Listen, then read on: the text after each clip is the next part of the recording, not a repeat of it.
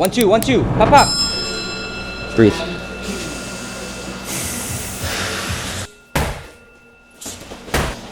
Yeah, body, body. Pop, pop. Visualize shots. Defense, defense, counter. Defense, defense, counter. There's a couple bosses I had to choose. Welcome back to the YouTube channel, Boy Fam. I appreciate you guys all. We're doing some Q&A today, some questions that were asked via Instagram, so let's get into it. Starting Muay Thai, start Plateaus. So this is a really great question. Progress is not linear. I think it's true for everything in life. But when it comes to Muay Thai, you will see an initial great progress and then you'll feel like a plateau. And this is kind of where people start to give up, because to get to the next level, you have to be uncomfortable again. And that level of uncomfort starts doing with live stuff, right? So there's a level of like your comfort zone and your discomfort zone. When you're in your comfort zone, you're not really growing. And when you're fully out of your comfort zone, like fully uncomfortable, you're not growing either. And I talk about it in a lot of my videos. You want to be successful 70% of the time, right? When you're defensive, because you're uncomfortable enough that your body wants to go into overdrive and take over, but you're still mindful and you're forcing yourself to be there while still thinking. Now, when you talk about plateaus, and I say this to all my athletes, you're going to see like a plateau and then a steady level, and then all of a sudden a plateau. Your progress in martial arts, Muay Thai, a lot of things in life is not going to be linear. So you get kind of newbie gains where everything starts to move. You learn to throw a jab cross because very little information will get you moving well. And then you're going to plateau and you have to get uncomfortable again. And the reality is your coach should be doing this, but not every coach is capable. Sometimes they're overwhelmed in class. You got to learn to make yourself uncomfortable enough where you're not overwhelmed, you're just a little uncomfortable. And then when that becomes comfortable, you'll kind of see your plateau kind of break. And there's also like aha moments. There's aha moments when you're training where like you get it and not necessarily mentally get it. Like I can sit there and explain to you the biomechanics of a kick perfectly. Or, for example, a backflip. Every human has the capacity. If you can jump high enough, you can do a backflip. You have to get over your head and you have to program it into your nervous system. So you rep a lot. So you might have to throw a kick 1,000 times before your body, you feel it and you go, oh, and then you're successful a lot more of the time. So there is going to be kind of these plateaus that you hit. What I would say is force yourself to be a little uncomfortable, keep showing up, and then also like follow channels like mine. Ask your coach for advice. If you feel like you've hit a plateau, there's always something to work on. The best in the world have things to work on. Let's talk about sparring anxiety, because you are going into combat. That is a scary place to be. Now, how do you get over that anxiety? It's the same way you learn to trust someone in a relationship. Over time, you learn it to be safe. Now, what I will always say, and I'm a proponent of this, and there's no right or wrong answers. There's gyms that do it differently, but I don't like throwing people straight into sparring. Right? I think there's a learning curve for sparring, and I think live drilling. I think sparring with parameters. So something I teach a lot is like, a lot of gyms don't work on defense. I'm very big on defense, and a lot of my teaching style came from like, what do I think I missed in my upbringing as far as a Muay Thai athlete? So learning to use your defense live. So someone's throwing strikes and you're working your defense, and then you start adding, maybe we're just jab sparring. Maybe we're just kick sparring, because if I throw you immediately into sparring with clinch and elbows and knees, you're not going to be able to think, you're react. I want you in a zone of reacting, yes, but you're programming your body to react in the way you need. So what we're doing is I go straight to jab sparring, or I go the Pokemon drill, I go, you go.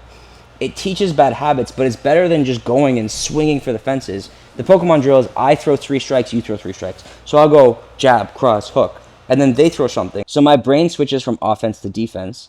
And when you get comfortable there, then we start intercepting. And then, so it becomes like you're learning to argue in a language you don't speak. I don't throw you in court right away. We do Duolingo first.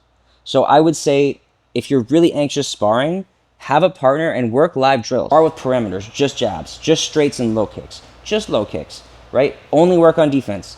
When you can't sharpen all your weapons at once. So you want to spend, what do I want to work on today, and work on that. Bad habits.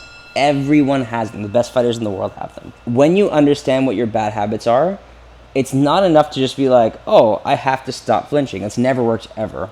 You gotta build drills around what your bad habits are, because I can't think my way into acting a specific way. That's not how it works, right? Otherwise, I could break down the perfect dynamic of an Olympic level gymnast and go do it. We program our nervous system to react with like proprioception, your ability to know where your body is in time and space, and reacting. So if your bad habit is, for example, leaning back, you have to do it, when you lean back, mentally make a note, God darn, I shouldn't have done that, and then keep doing it. And as you keep programming yourself to stop doing it, you punish yourself. Like, an example, when I used to spar, when I was starting on, I used to hit my gloves together before I would go. And one of my coaches is like, that's a horrible habit. I always know when you're going to go. And what he did was, he was ruthless. Every time I hit my gloves together, I had to do 50 push-ups. And so, like, real quick, I learned to not hit my gloves together. And you can put those rules upon yourself because you're programming your nervous system to get rid of those bad habits. So the first step is identifying them. The second one is, like, you don't necessarily have to punish yourself, but at least talk to yourself like, oh, I did that by accident. I shouldn't do that again. And as far as like worrying about whether the habits are good or bad, I would say go love it. Like, everyone's so worried about martial arts. Like, if it's not your profession, it should complement your life, not complicate it. You shouldn't be feeling overly stressed or anxious. It should be a thing that adds to your life, not takes away. And a lot of times it's not your coach's fault. It's not your gym's fault. You're doing it to yourself. You're putting it in your head. Like, the man who loves the journey will walk way more than the man who loves the destination. So let's talk about condition and recovering and S&C. I actually coach S&C with online clients, and every client I've worked with has seen like the greatest progress they felt. So there's a pyramid of martial arts about like what we need to prioritize, and the very bottom, the foundation of the pyramid, is basic fitness. Now, that doesn't mean you have to be fit to go do martial arts, but it means martial arts, at least Muay Thai, maybe there's martial arts that don't need it quite as much, like some of the blade stuff or firearm stuff. If I'm doing Muay Thai and I don't have fitness, my Muay Thai doesn't work. So you have to have a base level of conditioning, and you'll notice almost every gym, we skip a lot, we run a lot, and it's to maintain that foundation. As the pyramid crumbles, if you have no fitness, you're not gonna be able to do a long Muay Thai fight. Now, the question about S&C is to add to the sport, right? Some people get obsessed with S&C and they do too much S&C and not enough technique. There's a balance, right? But a lot of people are also doing bodybuilding splits, right? They're doing 5-day splits, right? Legs, chest, back, shoulders, arms. Or they're doing push-pull legs. And that's great, but that kind of lifting is for Gen Pop. That kind of lifting is for bodybuilders. They're people that their main priority is aesthetics, and there's nothing wrong with it. I think bodybuilding is a beautiful sport. It's not my sport, but I follow it. I have friends that do it. But if your goal is to be the absolute best fighter you can be, you should be working, like my split that I work with myself and all my athletes is power, strength, foundation. Sometimes I take away the strength and double up on foundation. So what does that look like? Power is the amount of recruitment I can give. So, for example, a box jump, but from a seated position where my quads are elongated.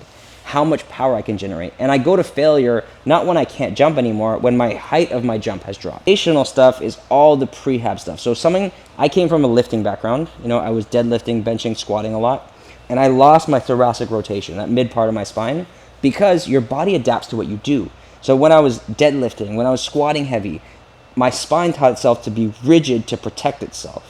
But when I'm striking, it's the thoracic rotation that gives me that range. And so I started working with like functional pattern coaches and conditioning coaches to get strong in weird positions. And one of my strength and conditioning coaches blew my mind. Like, my max deadlift was just short of 400 pounds. I was so proud of it. And I was going to see this new S&C coach, and I told him, he goes, oh, cool, you're deadlifting. He's like, deadlifting is just good for deadlifting. Now, whether that's true or not, that was his opinion. And I didn't agree with him. And he goes, okay, I have an Atlas ball. An Atlas ball is a really heavy concrete ball. It's a 100-pound ball. He goes, go pick it up, right? And maybe there's a technique. I couldn't pick up this 100-pound ball. He's like, but you deadlift 400 pounds or close to 400 pounds. What's the difference? And he went on to explain, like, the human body is not a barbell. It's not equal, right? So we have to work on counter rotation, anti-rotational, power, strength to prevent injuries, and also to have power in weird positions, like when we're striking, to recover my hands fast, to work on my speed. Like, I think S&C is one of the most underlooked things in the sport, because we have technicians that are really, really good with technique that don't understand the sports science side. And then we have sports science sides that don't necessarily understand the technique. I think that's something that makes me unique, is like the combination of both. I was a personal trainer for years. I've been a martial artist my whole life, and I love the intertwine. So not everyone needs S&C, but also like doing countless push-ups and sit-ups, like mental toughness, but like how much is it really helping your sport? Muay Thai fighters that look like bodybuilders. Like, you can have a sick physique, don't get me wrong. Like, Miguel Carrillo's got a sick physique. Haggerty's got a sick physique. But like, you'll notice there's no Muay Thai fighters, maybe Lideker, he's kind of an MMA guy in Muay Thai, that have massive biceps. Because the bicep, what does the bicep do? First of all, the primary use of the bicep is pronation of the wrist. Then secondary is shortening. Like, I don't really do this. Even when I'm clinching, I'm using my my lats more, my lats and my legs, and I'm sitting. What are the mechanics of the punch? Like, you'll see a lot of fighters with big ass legs because the power comes from the ground up and it comes from rotation. Core. Who has the best core in the world, right?